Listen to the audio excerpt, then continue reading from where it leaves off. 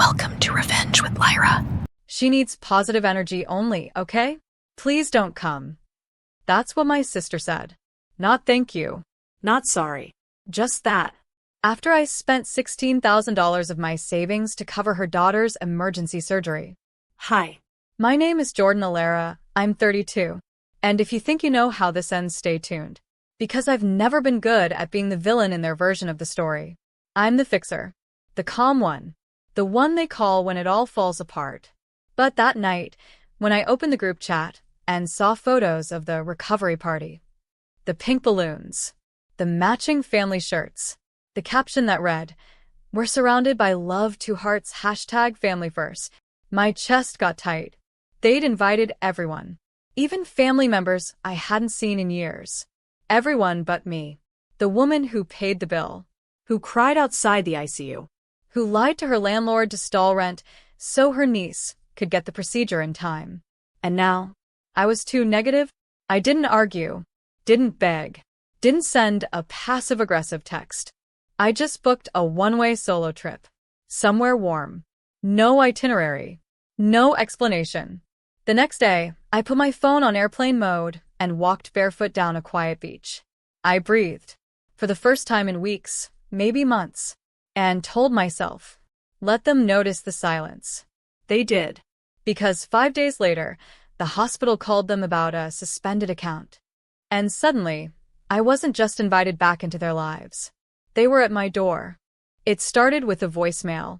"Hi, Jordan, it's me. Just wondering if we can talk about the hospital thing." No apology. No, thank you for paying. Just the hospital thing. I didn't respond. Then came the group text. My mom.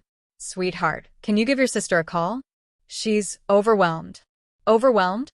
Was she exhausted from choosing balloon colors while I negotiated a $16,000 down payment? I stayed quiet. That's when the hospital billing department finally sent the family the second invoice. The first had been in my name. The second, redirected to my sister's account. Apparently, she'd insisted on being listed as the guardian for legal reasons. Oops. That new bill? $4,650, due immediately. Because my last transfer had been reversed. I'd called the hospital from the airport. Explained the situation with brutal clarity. I was emotionally manipulated into covering costs. I've withdrawn financial consent. Kindly remove my name from all future correspondence. They did. Now it was on her, and she wasn't ready for that. 14 missed calls in 2 hours. 3 different family members trying to guilt-trip me with soft voices and vague shame. "Jordan, it's not the time for drama. She's going through so much." Family doesn't keep score. But I did. I'd kept score for years. Every borrowed dollar. Every canceled weekend. Every time I covered rent while they posted brunch photos. Now, the silence was loud. And for the first time, my absence was more noticeable than my presence ever was. I didn't disappear out of anger. I disappeared to see who would notice the weight I'd been holding. And the weight was crashing down on them, fast. Because what came next wasn't just financial fallout. It was a chain reaction. By day 5, it wasn't just my sister calling. It was her fiancé. Then her best friend. Then a message request from a woman I didn't even know. "Hi, Jordan. I'm Ashley. I handle the venue bookings for children's parties in Pinebrook.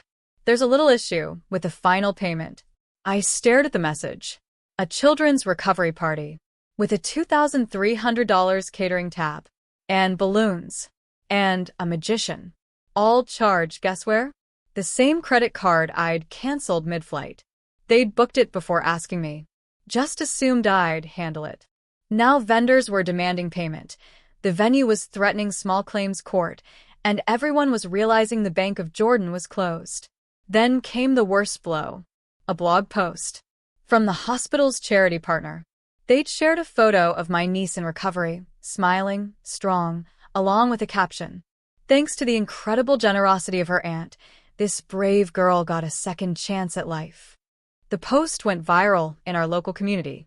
And suddenly, I was the center of attention. Not for drama, but for quiet kindness. Local news reached out. My old high school teacher sent flowers. My landlord even wrote me a thank you note with $100 off rent. My sister? She was humiliated. Because in every comment section, people were praising me. Not her. Not her parents. Me. She called again, this time sobbing. You made me look like a bad mother, I replied, calm and cold. You did that all on your own. And that's when she whispered the words I'd never heard from her in 3 decades of sisterhood. Please help me. But I wasn't done learning how far they'd go. What I found next in my mailbox wasn't a thank you card. It was a summons. I held the envelope under my kitchen light, heart thudding.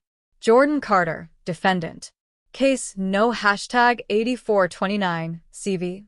Breach of verbal contract. Filed by my sister.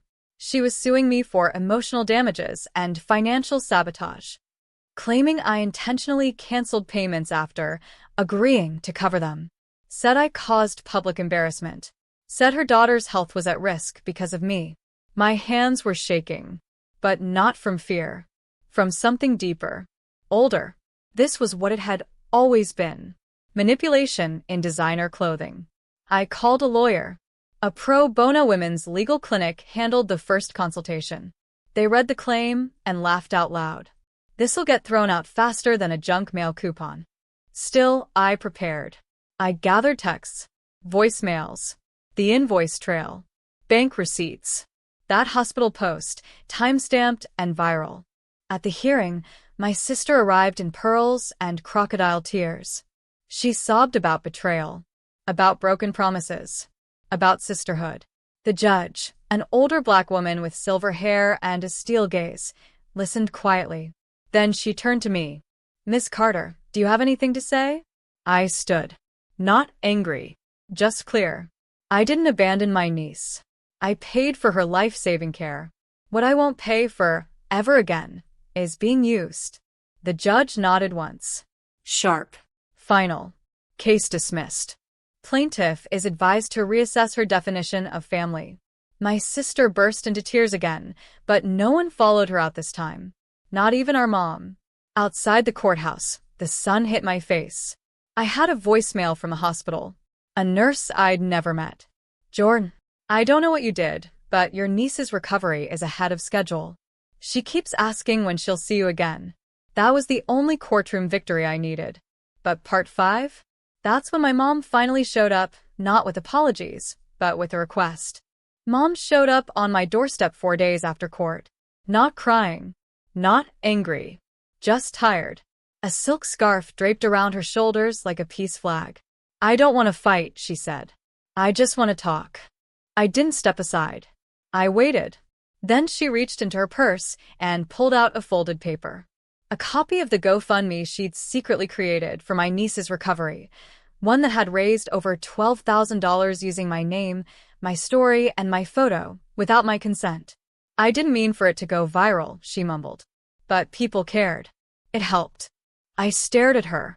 You raised money using me and didn't tell me? She flinched, then tried to justify. It was for your niece. You said you didn't want to help anymore. I said I wouldn't be used anymore. I cut in. There's a difference. She begged me not to report it. Said it would shame the family. Do you want the world to think we're scammers? I took the paper from her hand, folded it slowly, then said, You already did that part. She cried, the kind of crying meant to soften someone. But I didn't soften. I closed the door. Then I called the GoFundMe support line, reported the misuse, attached screenshots. Proof. The campaign was shut down within hours. Donations frozen. Funds redirected to the hospital account in my niece's name. That same night, my niece messaged me. Auntie J, Mom's crying again. But I told her I'm proud of you. You're the only one who shows up for real. I sat with that.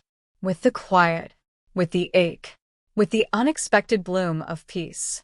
But I wasn't finished yet. Because someone else had also used that campaign. And part 6 is when I found out who.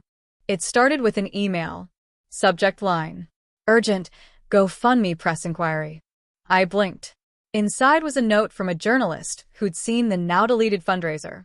They were doing a feature on viral donation scams and had questions, including why the campaign had linked to a local real estate business as its withdrawal account. Wait, what? I read it twice. Then opened the cached fundraiser page. Scrolled to the fine print. And there it was. The connected withdrawal account didn't say my mom's name. It said, Sterling View Realty, LLC.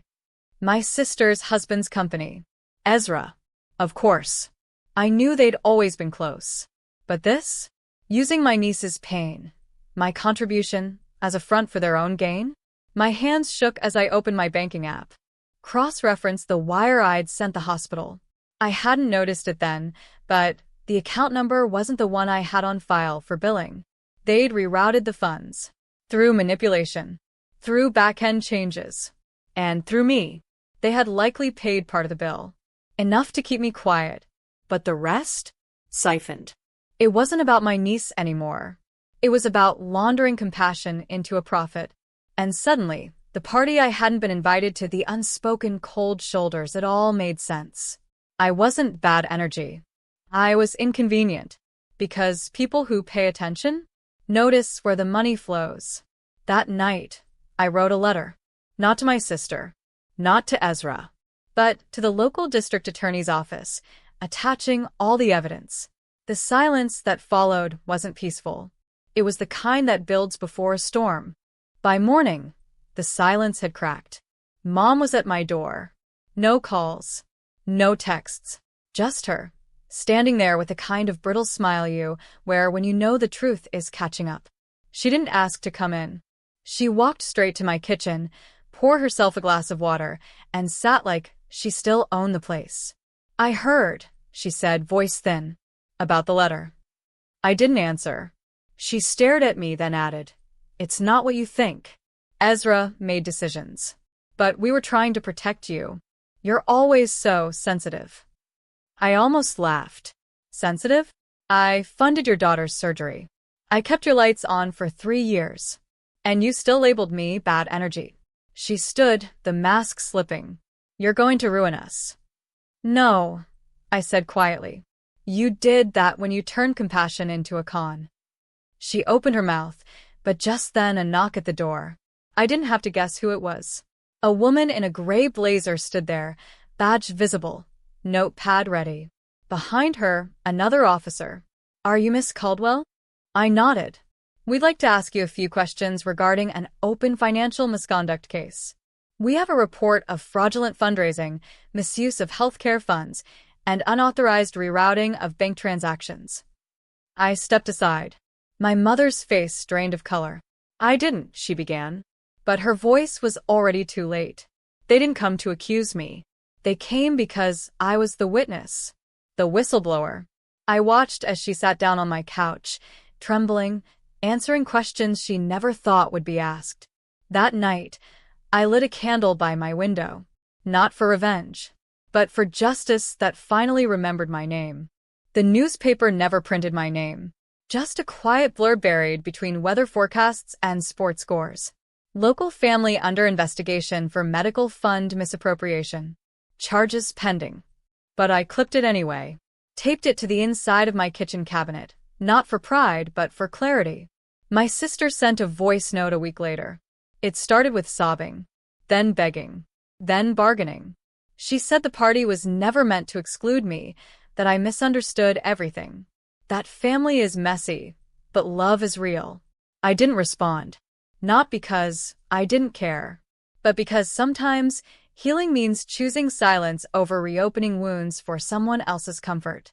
The hospital called again. This time, to tell me the debt was cleared. A donor, anonymous, had paid the remaining $4,000. I knew it was Sarah. No message. No credit. Just grace. And so I did what felt right. I took the money I'd saved for next month's rent and booked a tiny cabin by the lake. Just me, a journal, and an old paperback I hadn't touched in years. On the first morning there, I brewed my own coffee, walked outside barefoot, let the light fall across my face like forgiveness. No texts, no guilt, no titles like The Outsider. Just me, the woman who used to beg for a seat at the table, now building her own table, beneath a sky too wide to be owned. As the wind kissed the pine trees and silence wrapped around me like a soft coat, I whispered, "You'll never steal my peace again."